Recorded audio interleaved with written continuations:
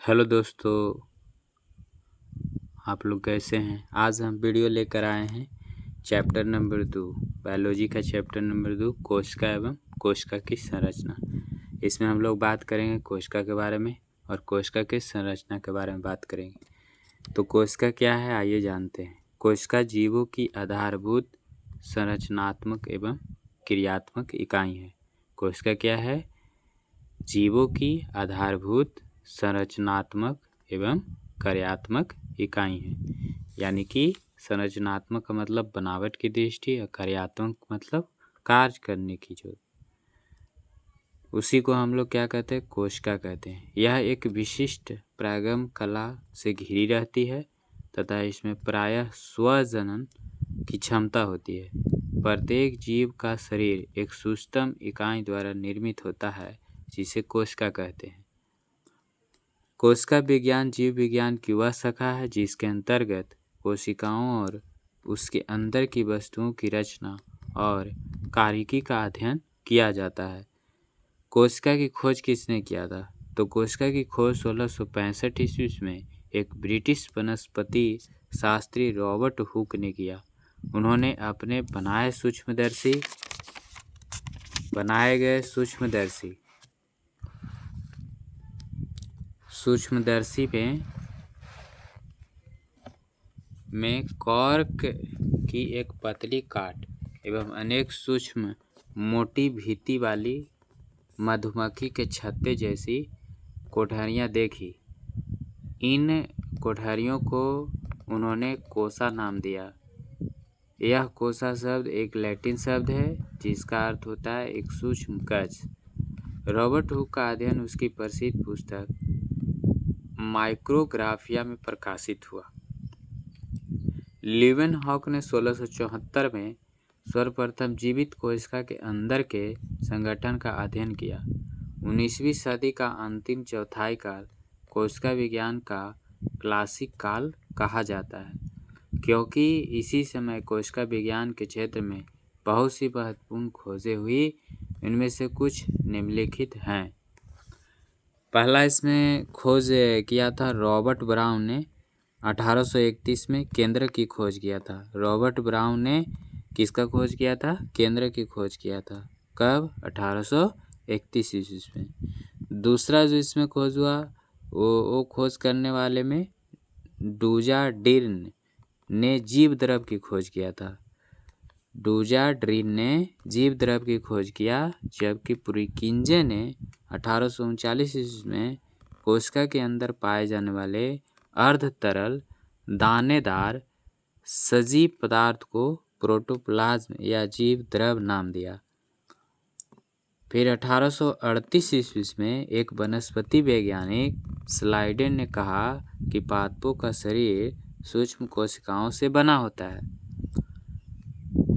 फिर 1839 ईस्वी में प्रसिद्ध जंतु विज्ञान शास्त्री स्वान ने बताया कि जंतुओं का शरीर भी सूक्ष्म कोशिकाओं से बना होता है। फिर 1855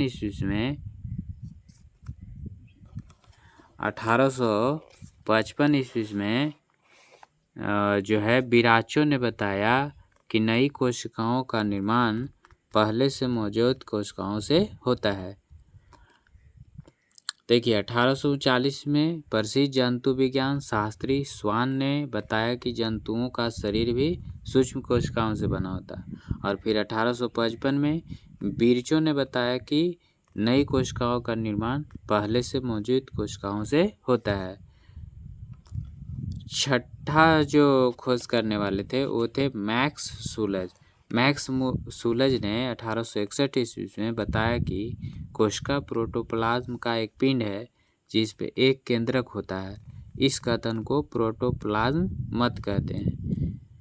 1884 में स्ट्रासबर्गर ने बताया कि केंद्रक पैतृक लक्षणों की वंशागति में भाग लेता है। 8वां कैमिलो गोल्जी ने 1898 ईस्वी में गोल्जी उपकरण या गोल्जिकाय की खोज किया। 9वां खोज केंद्रक के भीतर के संघनित भाग केंद्रिका की खोज 1774 ईस्वी में फेलिक फोंटाना ने की।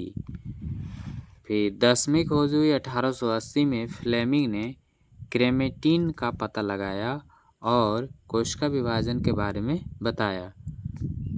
1888 ईस्वी में बाल्डेयर ने गुणसूत्र का नामकरण किया। फिर उसके बाद 1883 ईस्वी में स्चिम्पर ने पर्णहरित का नामकरण किया।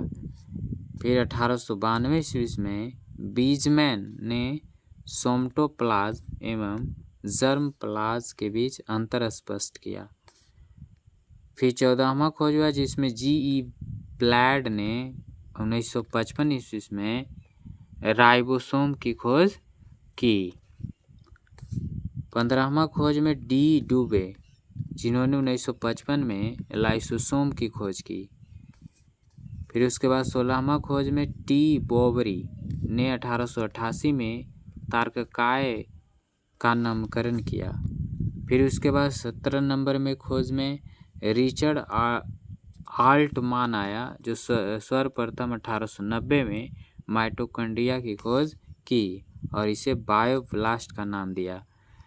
माइटोकॉन्ड्रिया की खोज करने वाला रिचर्ड कौन था? आल्टमान।